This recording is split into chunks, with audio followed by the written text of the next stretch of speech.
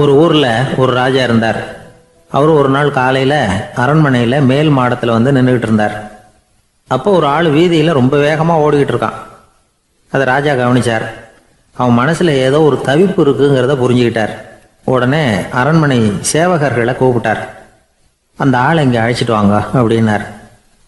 இவங்க ஓடி போய் அந்த ஆளை அழைச்சிட்டு வந்தாங்க. மன்னர் முன்னாடி நிறுத்தினாங்க.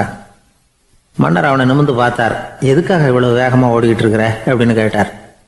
இதுக்கு அவன் சொன்னா, மன்னா, நம்ம கோட்டையின் வடக்கு வாசல் இருக்கு இல்லையா, அது ஓரமா ஒரு பெரிய பாறாங்கல் கிடக்கு. அதுக்கு அடியில நான் ஒரே ஒரு வெள்ளி நாணயத்தை புதைச்சி வச்சிருக்கேன். அது இப்போ எனக்கு தேவைப்படுது. என்னுடைய மனைவிக்கு ஒரு பரிசு வாங்கி கொடுக்க வேண்டியிருக்கு. அதுக்காக தான் அவசரமா ஓடிக்கிட்டு இருக்கிறேன் அப்படின்னா. மன்னர் யோசனை பண்ணார். அப்புறம் சொன்னார், அதுக்காகவா இப்படி ஓடுற? பரவாயில்ல, அதை பத்தி கவலைப்படாத. நான் உனக்கு 10 வெள்ளி காசுகள் தர்றேன், வாங்கிட்டு திரும்பி போ அப்படின்னார். இவன் தலையை சொரிஞ்சான். மன்னா, நீங்க கொடுக்கறத ரொம்பவும் மகிழ்ச்சியோட வாங்கிக்கிறேன். இருந்தாலும் அதுக்கப்புறம் அந்த வடக்கு வாசலுக்கு போய் அங்க இருக்கிற ஒரு நாணயத்தையும் எடுத்துக்கிட்டு போயிடுறேனே அப்படின்னானா. இதை பாருப்பா, அந்த ஒரு நாணயத்தை மறந்துரு, உனக்கு 100 வெள்ளி நாணயங்கள் தரேன் இருக்கார். மன்னா, ரொம்ப மகிழ்ச்சி. உங்க மாதிரி தாராள குணம் வேற யாருக்கும் வராது. நீங்க கொடுக்குற 100 நாணயங்களையும் வாங்கிக்கிறேன். இருந்தாலும் வடக்கு வாசலுக்கு போய் அதையும் எடுத்துக்கிட்டா 101 ஆயிடுமே அப்படின்னானா. இதை பாருப்பா, அந்த ஒரு நாணயத்தை மறந்துரு, அது எக்கேடாவது கெட்டு போகட்டும். நான் உனக்கு 100 பொற்காசுகள் தரேன், அதையாவது வாங்கிட்டு வந்த வழியிலேயே திரும்பி போடுன்னாராம். தங்க நாணயங்களே தரேன்னு சொல்றீங்க, தாராளமா வாங்கிக்கிறேன். இருந்தாலும் வடக்கு வாசலுக்கு போய் அப்படின்னு மறுபடியும் ஆரம்பிச்சான். அரசர் வந்து பொறுமை இழந்துட்டார். கடைசியா ஒரு முடிவுக்கு வந்துட்டார்.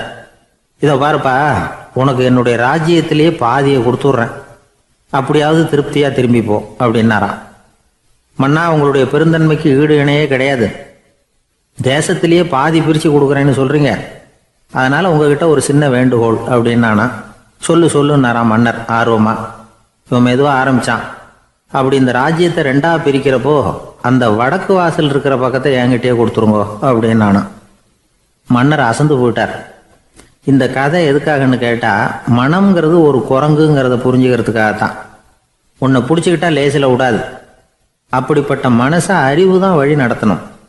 அதுல தான் வாழ்க்கையின் வெற்றி அடங்கி இருக்குது. ஒரு சின்ன பையன் தெருவில் அழுதுகிட்டு இருந்தான். ஏன்பா அழுவுறேன்னு ஒரு பெரியவர் கேட்டார். 1 ரூபா காசை இங்கே தொலைச்சுட்டேன் அப்படின்னா. சரி, அதுக்காக அழாத, அதுக்கு பதிலாக 10 ரூபா தரேன், இந்தா வச்சுக்கோன்னு கொடுத்தாரு.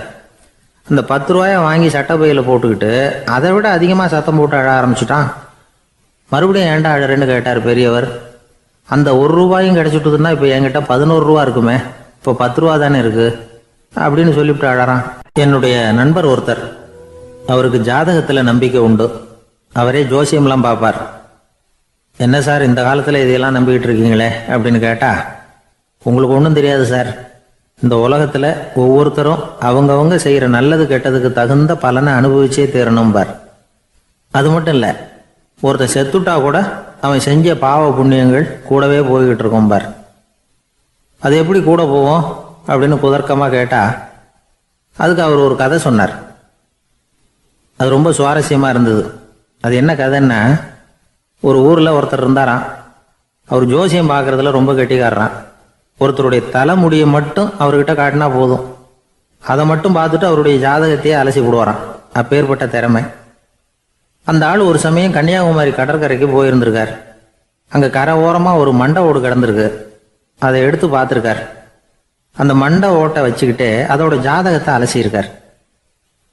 இந்த மண்டை ஓட்டுக்கு உரிய ஆசாமி வாழ்க்கையில் ரொம்ப கஷ்டப்பட்டிருக்கணும், நிறைய கஷ்டத்தை அனுபவிச்சிருக்கணும். அது தாங்க முடியாம தான் கடல்ல விழுந்து தற்கொலை பண்ணிட்டு இருக்கான் அப்படிங்கிறத அவர் கணிச்சுட்டார். இருந்தாலும் இந்த மண்டை ஓடு இன்னமும் அனுபவிக்க வேண்டியது பாக்கி இருக்கு அப்படிங்கிறத அவர் உணர்ந்தாராம். அது சரி, ஒருத்தன் உயிரோடு இருக்கிற வரைக்கும் நல்லது கெட்டதை அனுபவிக்க முடியும், செத்ததுக்கு அப்புறமும் பாக்கி இருக்குன்னா அதை எப்படி அனுபவிக்கிறது? இந்த மண்டை ஓட்டுக்கு இன்னும் கொஞ்சம் பாக்கி இருக்குங்கிறது அவருக்கு புரிஞ்சதே தவிர அதோட அர்த்தம் என்னங்கிறது சரியா விளங்கலை. சரி, இதை இன்னும் கொஞ்சம் விவரமா ஆராய்ச்சி பண்ணுவோம் அப்படின்னு நினைச்சுக்கிட்டு அதை தன்னுடைய வீட்டுக்கு எடுத்துட்டு போயிட்டார். அந்த மண்டை ஓட்டை ஒரு பெட்டியில வச்சு பூட்டினார். தன்னுடைய தனி அறையில அதை பத்திரமா வச்சுக்கிட்டார். தினமும் ராத்திரி ஆனதும் தன்னுடைய மனைவியை பார்த்து நீ போய் பூஜை அறையில் தனியாக படுத்துக்க அப்படின்னு சொல்லிவிட்டு தினம் ராத்திரி 12 மணிக்கு பெட்டியை திறந்து அவர் பார்ப்பார். மண்டை ஓடு அப்படியே இருந்ததே தவிர இன்னும் கொஞ்சம் பாக்கி இருக்குங்கிறதுக்கு அர்த்தம் அவருக்கு விளங்கலை. அந்த மண்டை ஓட்டுக்கு இன்னும் என்ன பாக்கி இருக்க போகுது? எப்படியோ ஒரு 10 நாள் போச்சு. அந்த வீட்டம்மாவுக்கு சந்தேகம் வந்துட்டுது. நம்ம வீட்டுக்காரரு நம்மளை தனியாக ஏன் தூங்க சொல்கிறார் அப்படிங்கிற சந்தேகம். உடனே பக்கத்து வீட்டு அம்மா கிட்ட விஷயத்த சொல்லியிருக்கிறாங்க. அந்த அம்மா உடனே நீ கவலைப்படாத, நான் கண்டுபிடிச்சி சொல்கிறேன் அப்படின்னு சொல்லிவிட்டாங்களாம். அன்னைக்கு ராத்திரியே ஜன்னல் வழியாக எட்டி பார்த்துருக்குறாங்க. இந்த ஆள் மண்டை ஓட்டை கையில் வச்சுக்கிட்டு அது திருப்பி திருப்பி பார்த்துக்கிட்டு இருக்கிறான்.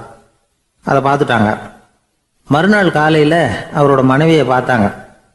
ஏம்மா, உன் வீட்டுக்காரருக்கு நீ முதல் மனைவியா 2வது மனைவியா அப்படின்னு கேட்டாங்களாம். எனக்கு தெரிஞ்ச வரைக்கும் நான் ஒருத்தி தான் அவருடைய மனைவி அப்படின்னாங்களாம் அவங்க. அப்படி இல்லை, நீ அவருக்கு 2வது மனைவி.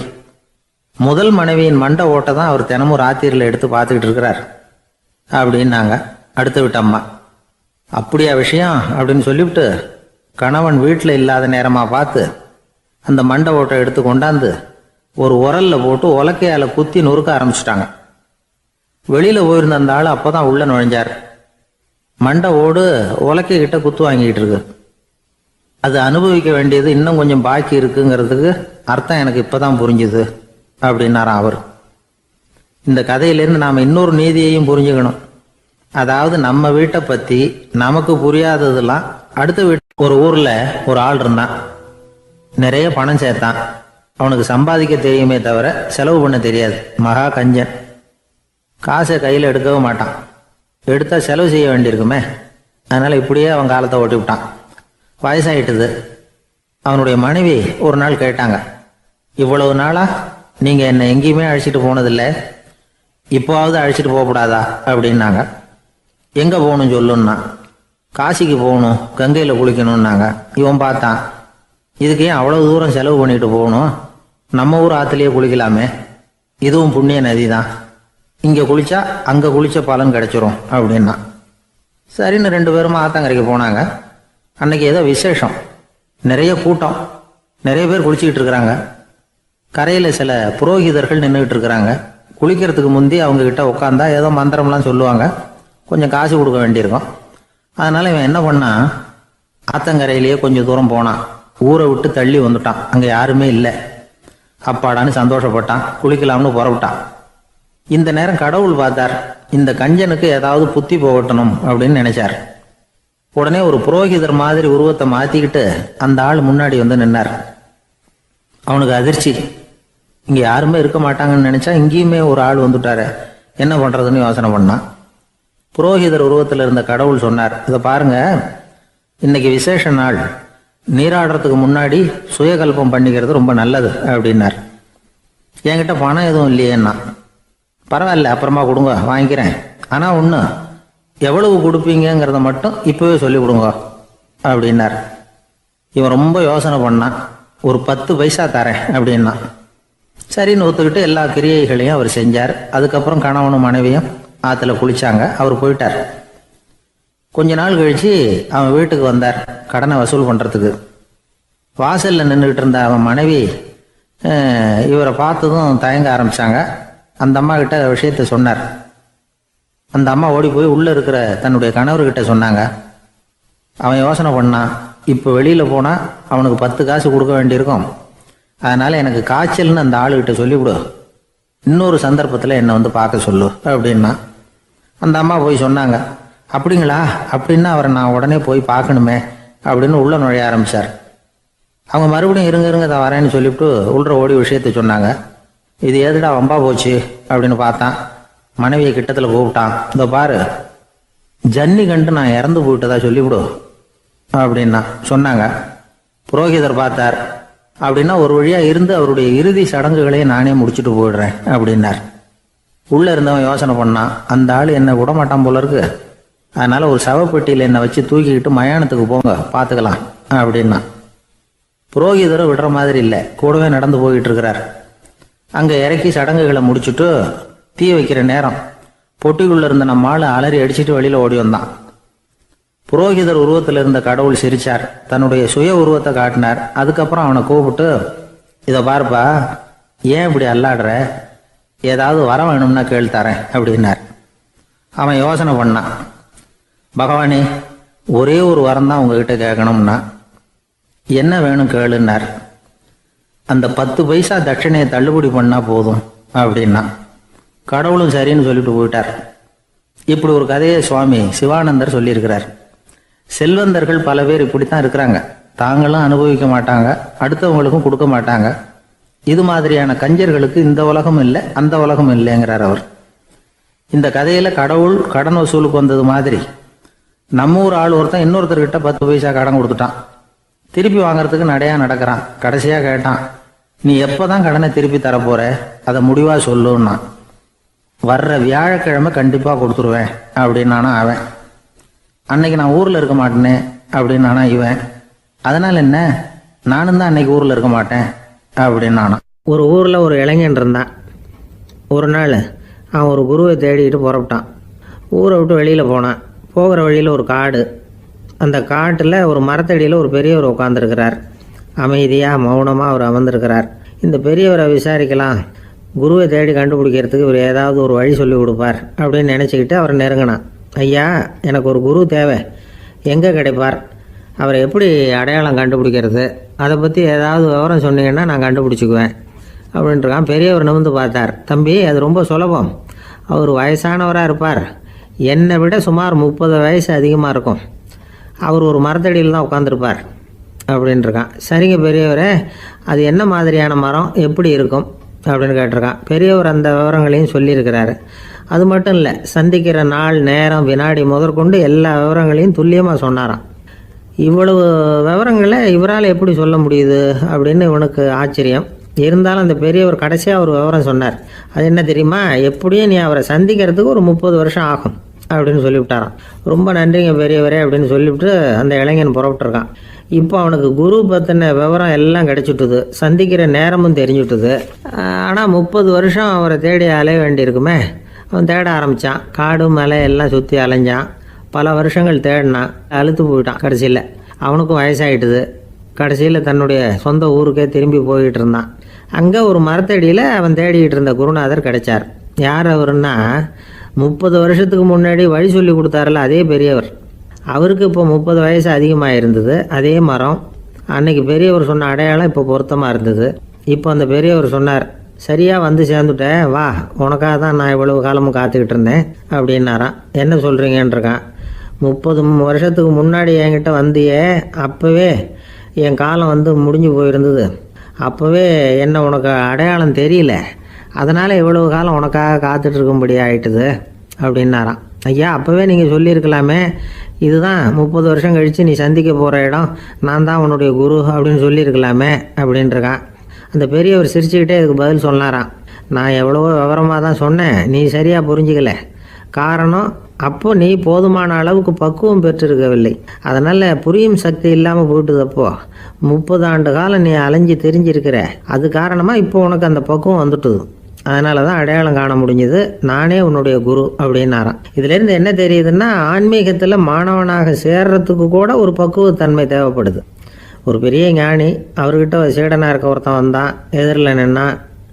ஞானி அவனை வெகு நேரம் உற்று பார்த்தார். அப்புறம் சொன்னார், சீடனாக இருக்கிறது ரொம்ப சிரமம்னார். நான் தயாராக இருக்கிறேன்னா.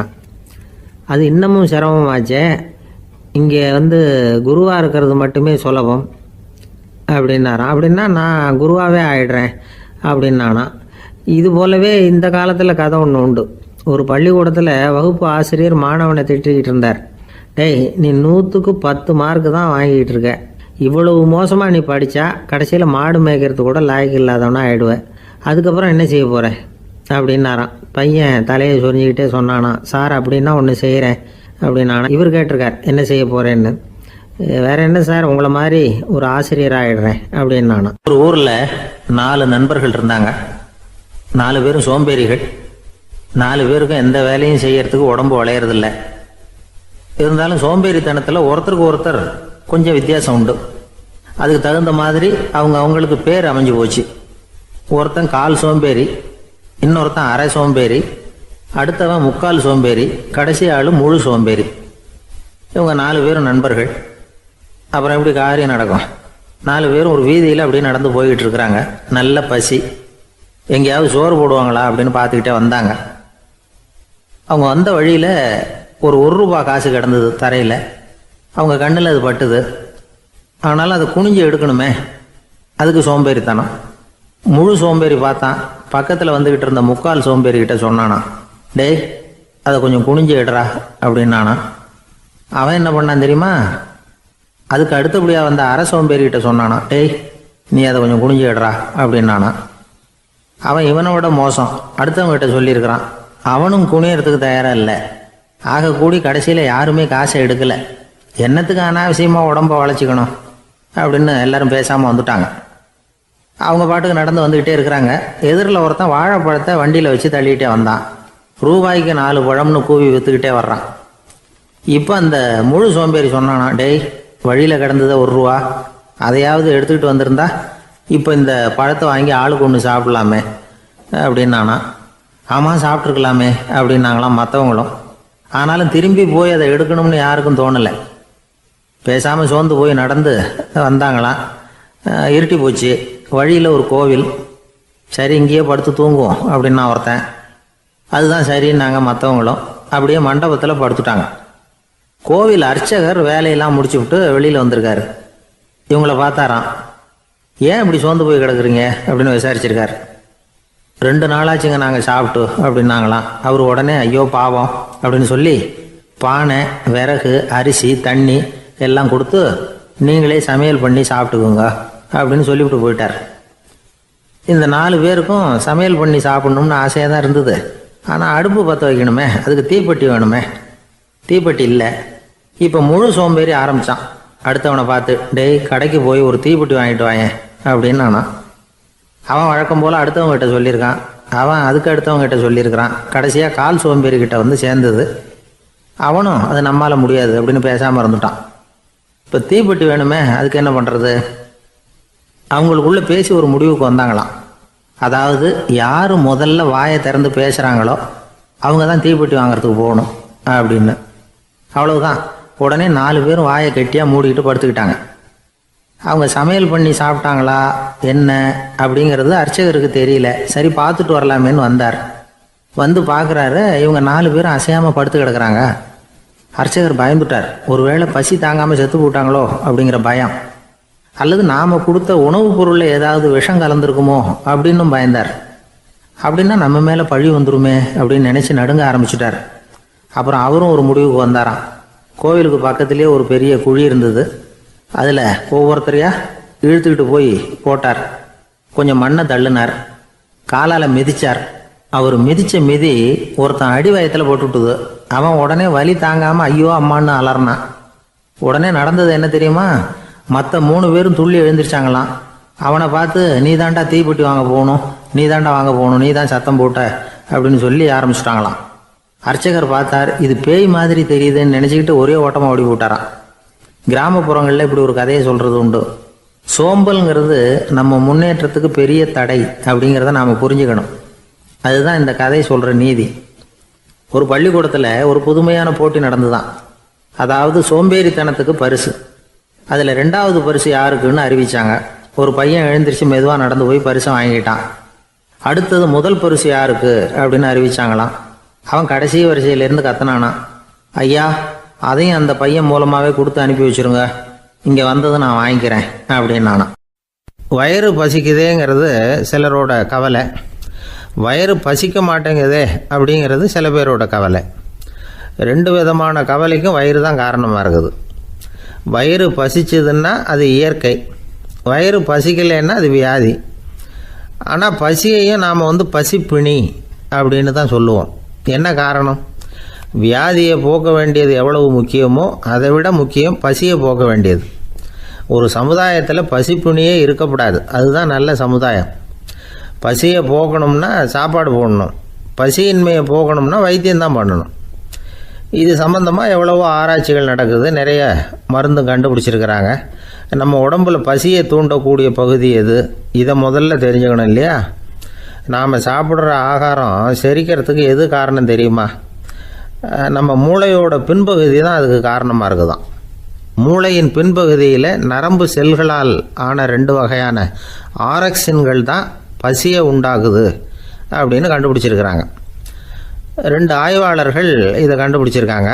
அவங்க 2 பேரும் டெக்சாஸ் பல்கலைக்கழகத்தில் ஹார்வர்டு ஹக்ஸ் மருத்துவ கல்வி நிலையத்தில் பணிபுரிகிறவங்களாம். உண்பது தேவைங்கிறது உணரப்படும் போது மூளையின் அந்த குறிப்பிட்ட பகுதி ஆரக்சின் அப்படிங்கிற ஹார்மோன்களை சுரக்கும். அது பசி உணர்வை தூண்டும் அப்படிங்கிறது தான் அந்த ஆய்வாளர்களின் கண்டுபிடிப்பு. இந்த ஆரக்சின் வேறு சில உயிரினங்கள்லேயும் உண்டு. இப்போ எலிகளில் கூட இது இருக்குது. அதனால் எலிகளை வச்சு இது சம்பந்தமாக ஆராய்ச்சி பண்ணாங்க. எலிகள் உடம்புல ஆரக்சினை செலுத்தி பார்த்தாங்க. உடனே என்னாச்சு தெரியுமா? அந்த எலியெல்லாம் பசியால் துடிக்க ஆரம்பிச்சுட்டுது. எதையாவது தின்னு பசியை தீர்த்தா போதுங்கிற அளவுக்கு அந்த எலிகள்லாம் அல்லாட ஆரம்பிச்சுட்டுது. இயல்பாக சாதாரணமாக அந்த எலிகள் எவ்வளவு சாப்பிடுமோ அது மாதிரி 8 முதல் 10 மடங்கு அதிகமான ஆகாரத்தை 1 மணி நேரத்துக்குள்ளே சாப்பிட்டு தீர்த்துட்டு தான். சில எலிகளின் மூளையில் இந்த ஆரக்சின் அளவை கட்டுப்படுத்தி பார்த்துருக்குறாங்க. உடனே என்னாச்சு தெரியுமா? அதெல்லாம் சாப்பாட்டை கண்டா முகத்தை திருப்பிட்டு போக ஆரம்பிச்சுட்டு தான். அந்த எலிகளுக்கு பசி எடுக்கலையாம். இந்த ஆராய்ச்சியின் அடிப்படையில் பசியை எடுக்காமல் இருக்கிற மனிதர்களுக்கும் பசியை தூண்ட முடியும் அப்படின்னு சொல்லி ஆராய்ச்சியாளர்கள் தெரிவிச்சிருக்கிறாங்க. ஆக ஆரக்சின் தான் பசிக்கு காரணம்ங்கிறது தெரிஞ்சு போச்சு. சரி, இந்த ஆரக்சின் அப்படின்னா என்ன? அது ஒரு கிரேக்க சொல். அதுக்கு பசின்னு அர்த்தம்.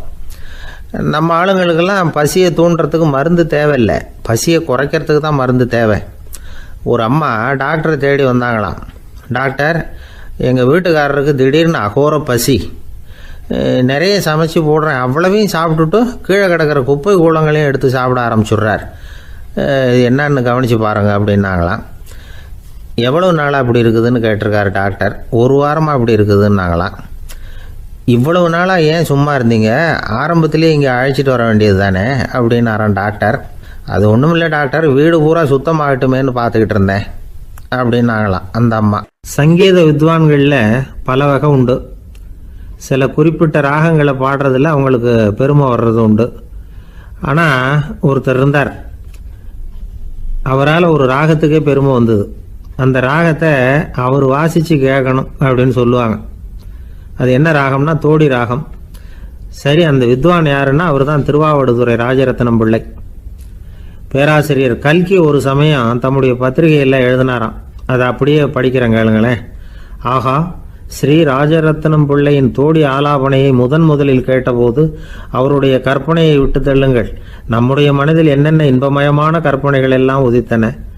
குழந்தை தாயிடம் கொஞ்சம் குரலை கேட்டோம், அன்னை குழந்தையிடம் கொஞ்சம் குரலை கேட்டோம், ரதியும் மன்மதனும் பேசிக்கொண்ட காதல் மொழிகளை கேட்டோம், முருகன் சிவபெருமான் செவிகுளிர மொழிந்த உபதேசத்தை கேட்டோம், கலைமகள் கவிஞனுக்கு அருளிய ஆசி மொழிகளை கேட்டோம், நாரத முனிவருடைய தம்பூரா சுருதியை கேட்டோம், ராவணன் தன் எலும்பை ஒடித்து வீணையாகச் செய்து வாசித்த கானத்தை கேட்டோம், கானப் பறவைகளின் கலகல ஒலியை கேட்டோம், கோலக் குயில்களின் குரல் இனிமையை கேட்டோம். இப்படிலாம் பேராசிரியர் கல்கி விமர்சனம் எழுதியிருக்கிறார்.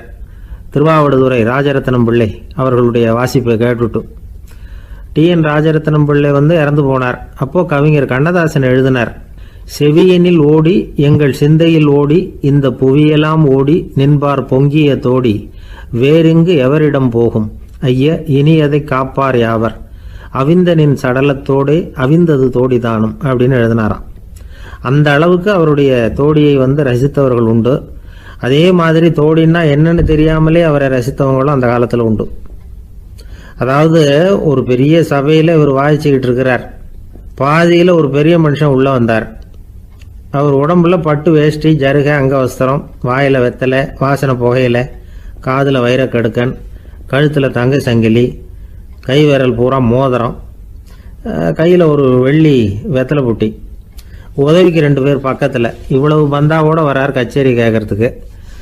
இப்படி வந்தவர் முதல் வரிசையில் உட்கார்ந்தார். வித்வான் வாசித்து முடித்ததும் இவர் அவரை பார்த்து, ஐயா, நீங்கள் தோடி வாசிக்கிறதுல ரொம்ப கெட்டிக்காரர்னு கேள்விப்பட்டிருக்கேன், அதை கேட்கறதுக்காக தான் மெனக்கிட்டு வந்திருக்கிறேன், அதை வாசிங்களேன் அப்படின்னாராம் இந்த பெரியவர். ராஜரத்னம் பிள்ளைக்கு ஒன்றும் புரியல. ஏன்னா இது வரைக்கும் அவர் வாசிச்சுக்கிட்டு இருந்ததே அந்த தோடி ராகத்தை தான். அதை வாசித்து முடித்ததும் அதை வாசிங்களேன்னு இவர் கேட்குறார். அப்படின்னா இவரோட ஞானம் எப்படிப்பட்டது? இவ்வளவும் கேட்டுட்டு இப்படி கேட்குறாரே அப்படின்னு அவர் யோசிச்சிருக்கிறார் ராஜரத்னம் பிள்ளை. உடனே என்ன பண்ணார் தெரியுமா? பக்கத்தில் ரொம்ப சாதுவாக சுருதி போட்டுக்கிட்டு இருந்த ஒரு முதுகில் ஓங்கி ஒரு குத்து விட்டாராம். அவருக்கு ஒன்றும் புரியல, எதுக்கு நம்மளை அடிக்கிறார் இவர், நம்மளை குத்துறாரு வித்வான்னு. அவர் அதிர்ச்சியால் இவர் நிமிர்ந்து பார்த்துருக்கார். அப்போ ராஜரத்னம் பிள்ளை சொன்னாராம், ஏய்யா ஐயா பெரிய மனுஷன், என்னுடைய பரம ரசிகர், தோடி ராகம் கேட்கணுங்கிறதுக்காக இவ்வளவு தூரம் வந்திருக்கிறார், வந்து வரிசையில் உட்காந்துருக்கார். நீ இந்த சமயம் பார்த்து தோடி ராகம் வாசிக்கிற நாதஸ்வரத்தை வீட்டில் வச்சுட்டு வந்துட்டியே, இப்போ ஐயாவுக்காக அந்த ராகத்தை நான் எப்படி வாசிக்கிறது அப்படின்னு சொல்லிவிட்டு மறுபடியும் முதுகில் ஒரு அடி கொடுத்தாராம். அடி வாங்கினவருக்கே சிரிப்பு அடக்க முடியலையா. ஒருத்தர் ஓடி வந்தார், இன்னொருத்தரை பார்த்து, சார் உங்கள் சைக்கிளை ஒரு நாள் இரவல் கொடுங்களேன், பக்கத்து ஊருக்கு போயிட்டு வர வேண்டியிருக்கு அப்படின்னார். இவர் சைக்கிளை கொடுத்து பத்திரமா கொண்டுட்டு போங்கன்னார். சார் இதை பத்திரமா கொண்டு போகிறேன், கவலையே வேணாம், ஏன்னா இது உங்களோட சைக்கிள் அப்படின்னு நான் நினைக்கல, என்னோட சைக்கிளாக நினைக்கிறேன் அப்படின்னார். அதுக்கப்புறம் தான் இவருக்கு உண்மையாகவே பயம் வந்துட்டுது. ஏன்னா அவர் சொன்னது மாதிரி அதை தன்னோட சைக்கிளாகவே நினச்சி தள்ளிட்டு போட்டால் என்ன பண்ணுறது? எது எதை நம்முடையதாக நினைக்கணுங்கிறதுக்கு ஒரு வரையறை இருக்குது. சில பேர் ஆஃபீஸையே வீடாக நினச்சி விடுறது உண்டு. அப்படிப்பட்டவங்க கூட வீட்டை ஆஃபீஸாக நினைக்கிறதில்ல. ஏன்னா வீட்டில் இவர் ஆஃபீஸராக நடந்துக்க முடியறதில்ல. இதெல்லாம் ஒரு பக்கம் இருக்கட்டும், இப்போ விஷயத்துக்கு வருவோம். பொறியியல் மேதை டாக்டர் விஸ்வேஸ்வரய்யா இருந்தார் இல்லையா, பாரத ரத்னா விருதெல்லாம் கொடுத்தாங்களே. ஆஃபீஸ் வேலை வேறு, சொந்த வேலை வேறு அப்படிங்கிறதுக்கு ஒரு உதாரணமாக இருந்தவர் அவர். மைசூர் மகாராஜா கிட்ட திவானாக இருந்தார். அவர் ஒரு நாள் அரசாங்க வேலை காரணமாக வெளியூர் போயிருந்தார். ஹாசன்கிற ஊருக்கு பக்கத்தில் ஒரு பயண மாளிகை, அங்கே தங்கிவிட்டார். ராத்திரி அங்கே தங்கி இருந்துட்டு விடிஞ்சதும் ஊருக்கு திரும்புறதாக திட்டம். ராத்திரி தூங்கிறதுக்கு ரொம்ப நேரம் ஆகிட்டுது. ரொம்ப நேரம் வரைக்கும் அரசாங்க சம்பந்தப்பட்ட வேலைகளையே பார்த்துக்கிட்டு இருக்கிறார். அரசாங்க ஃபைல்கள் நிறைய இருந்தது. அதையெல்லாம் ஒவ்வொன்றா எடுத்தார், படித்து பார்த்தார், பரிசீலனை பண்ணார். அதில் எழுத வேண்டியதை எழுதினார், கையெழுத்து போட்டார். ஒரு வழியாக அந்த வேலையெல்லாம் முடிஞ்சுது. அதுக்கப்புறம் என்ன பண்ணார்னா, தன்னுடைய சூட்கேஸை திறந்தார். அதிலிருந்து 2 மெழுகுவத்தியை எடுத்து கொளுத்தி வச்சார். அந்த பயண மாளிகையில் அது வரைக்கும் எரிஞ்சிக்கிட்டு இருந்த மின்சார விளக்குகளை அணைச்சுட்டார். அதுக்கு பிறகு அந்த மெழுகுவத்தி வெளிச்சத்தில் சில புத்தகங்களை தொடர்ந்து படிக்க ஆரம்பிச்சிட்டார். அந்த பயண மாளிகையில் பணியாளராக இருந்தவர் இதை பார்த்துட்டு ஓடி வந்தார். மறுபடியும் மின் விளக்கு போடுறதுக்காக போனார். விஸ்வேஸ்வரய்யா அதை பார்த்துட்டு போட வேணாம்ட்டாராம். இது வரைக்கும் நான் அரசாங்க அலுவல்களை கவனிச்சிக்கிட்டு இருந்தேன், அதனால் மின் விளக்குகள் அப்போ எரிஞ்சதில் தப்பு இல்லை. இப்போ நான் புத்தகம் படிச்சுக்கிட்டு இருக்கேன், இது என்னுடைய சொந்த வேலை, இங்கே இருக்கிற மின் விளக்கு அதுக்காக ஏன் எரியணும் அப்படின்னு கேட்டாராம். இப்போ இருக்கிற சில அரசு பணியாளர்கள்கிட்ட இந்த சம்பவத்தை பேச்சோட பேச்சாக சொல்லி பார்த்தேன். அவங்களால இதை ஜீரணிக்கவே முடியல. நேர்மை தேவை தான் சார், அதுக்காக அவ்வளவு தூரத்துக்கு அது தேவையா அப்படிங்கிறாங்க. விஸ்வேஸ்வரய்யா அப்படி பண்ணினது தான் ஒரு நேர்மையாளர் அப்படின்னு இந்த உலகத்துக்கு நிரூபிக்கணுங்கிறதுக்காக இல்லை.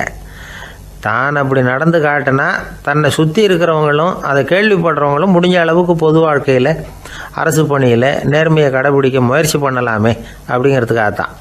இப்போவும் சில பேர் இருக்கிறாங்க, இவங்க ஆஃபீஸ் வேறு வீடு வேறேன்னு நினைக்கிறதில்ல, அவ்வளோ உரிமை. ஒருத்தர் அப்படி தான், அவருக்கு அவசரமாக 5000 ரூபா தேவைப்பட்டது. ஆஃபீஸு பணத்தை எடுத்துக்கிட்டார். அந்த நேரம் பார்த்து ஆடிட் வந்துட்டுது, ஆப்பிட்டுக்கிட்டார். விசாரணை நடக்குது. அவர் சொல்கிறார், சார் நான் நேரம் காலம் பார்க்காம ஆஃபீஸில் வேலை செய்வேன், ஏன்னா அதை என்னோடய ஆஃபீஸாக நினைக்கிறேன். அவசரத்துக்கு அந்த பணத்தை எடுத்தேன், மறுபடியும் வச்சுடலாம்னு தான் இருந்தேன், அதுக்குள்ளே இப்படி ஆகிட்டுது. நீங்கள் என்ன நினச்சாலும் சரி, நான் ஆஃபீஸ் வேறு வீடு வேறு அப்படின்னு நினைக்கிறதில்ல, அது என்னோடய சுபாவம் அப்படின்னார். விசாரணை பண்ணவர் தீர்ப்பு வழங்கினார்.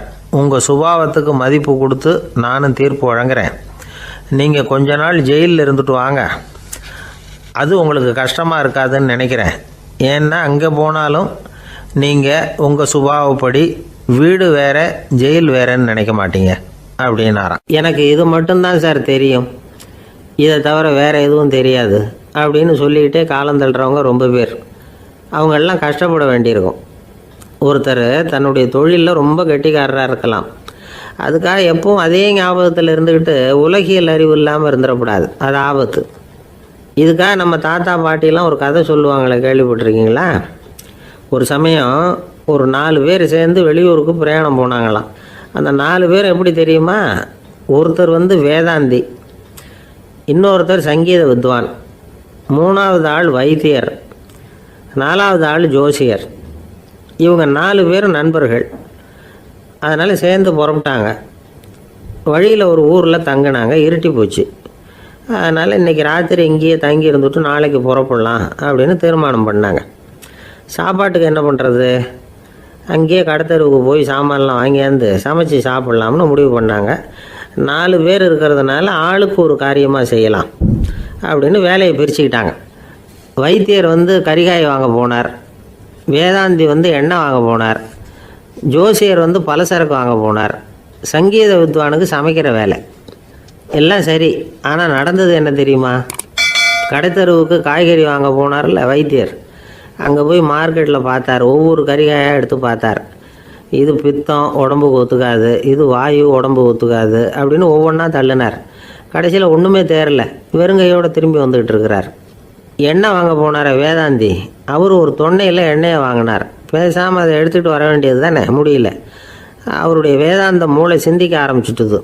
இந்த தொன்னைக்கு எண்ணெய் ஆதாரமா அல்லது எண்ணெய்க்கு தொன்னை ஆதாரமா அப்படிங்கிற ஆராய்ச்சியில் இறங்கினார். என்னாச்சு தெரியுமா? அப்படி கவுத்து பார்த்தார். வாங்கின எண்ணெய் பூராவையும் வழியில் கொட்டிவிட்டு வெறும் தொன்னையோடு சேர்ந்தார். பலசரக்கு வாங்க போனார் ஜோசியர், அவர் ஒரு வழியில் பார்த்தாரு. வழியில் வந்தவங்களெல்லாம் அங்கங்கே ஒரு மரத்தடியில் உட்கார வச்சு அவங்களுக்கெல்லாம் ஆர்வம் சொல்ல ஆரம்பிச்சிட்டார்.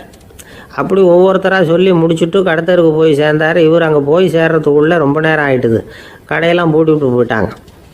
என்ன செய்கிறது? அவரும் வெறுங்கையோடு திரும்பி சேர்ந்தார். சரி, இவங்க கதை தான் இப்படி ஆச்சு. அங்கே சமைக்கிறதுக்காக உட்காந்துருந்தார் சங்கீத வித்வான், அவர் கதை என்னாச்சு தெரியுமா? அங்கே அவர் அடுப்பை பற்ற வச்சு ஒலையை கொதிக்க வச்சார். அதாவது ஒரு பானையில் தண்ணியை ஊற்றி அடுப்பில் வச்சார். அது கொதிக்க ஆரம்பிச்சிது. தண்ணி கொதிக்கிற சத்தம் இருக்குதுல்ல, அது இவருக்கு தாளம் போடுறது மாதிரி இருந்தது. ஒரே குஷி, பாட ஆரம்பிச்சிட்டார். பாடிக்கிட்டே உற்சாகமாக கையில் இருந்த கரண்டியால் அந்த பானையில் தட்டினார், தாளம் போடுறதா நினச்சிக்கிட்டு. அவ்வளவுதான், பானை பட்டுன்னு உடஞ்சி போச்சு. தலையில் கையை வச்சுக்கிட்டு அவரும் உட்காந்துட்டார். எந்த தொழில் தெரிஞ்சாலும் சரி, அதை புத்திசாலித்தனமாக பயன்படுத்த தெரியலன்னா ஆபத்து தான். அதுக்காக தான் இந்த கதை. ஒரு பஸ்ஸு டிரைவர் ரொம்ப கெட்டிக்காரரு. பஸ்ஸை ரொம்ப திறமையாக ஆபத்து இல்லாமல் ஓட்டினதுக்காக பரிசுலாம் வாங்கினவர். அவரே ஒரு படகு ஓட்டுறதுக்காக அழைச்சிட்டு போயிருக்கிறாங்க, மோட்டார் படகு. அதையும் ரொம்ப திறமையாக தான் ஓட்டிகிட்டு போயிருக்கிறாரு. நடுக்கடலில் போனதும் படகு நின்று போச்சு. மோட்டாரில் ஏதோ கோளாறு. என்ன செய்யலாம் அப்படின்னு அந்த டிரைவரை கேட்டிருக்கிறாங்க படகுல இருந்தவங்கெல்லாம். அப்போ அவர் சொன்னாராம், கவலைப்படாதீங்க, ஒன்றும் பிரச்சனை இல்லை, எல்லோரும் கொஞ்சம் கீழே இறங்கி பின்னாடி